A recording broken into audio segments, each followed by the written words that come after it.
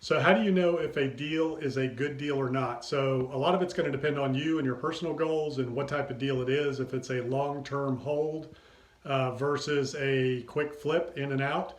So let's say we're talking about either a commercial, residential, multifamily property, whatever it is that's long-term and it's a cash flow property. So it just needs to meet your goals for the long term. Generally, an investment that generates an 8 to 10% cash on cash return is considered a good investment. So anything you're looking at that's going to generate a minimum of an 8 to 10% return, most passive investors, that's what they're looking for.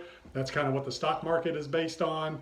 If it can get you a 10% return over the long haul, that's considered good. Generally, you're going to want to see a double-digit IRR, internal rate of return. That's the return on the investment over the life of that investment. So if you put $100,000 out over 5 years, you want to add up all the cumulative earnings on that investment, divide it by 5 years. That's your internal rate of return.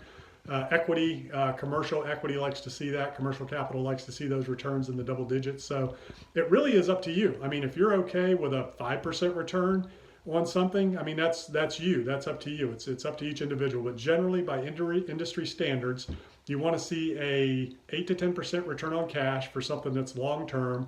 Double-digit internal rate of returns for, if you're raising capital from equity investors, and if you're flipping, if you're buying and selling, getting in, getting out, building spec houses, building commercial spec development, whatever, you generally want to have a 25 to 30% gross margin so you can net 20%.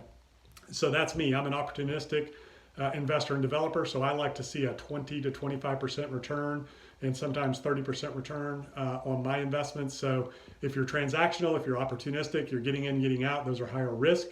You want to have a higher return. The long-term cash flow, steady plays, you can have a lower return threshold.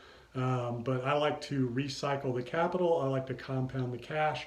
So I am opportunistic. I get in, get out, and I look for a 25 to 30% return on those deals. So that's kind of a broad overview of whether or not you know a deal is a good deal from a return standpoint.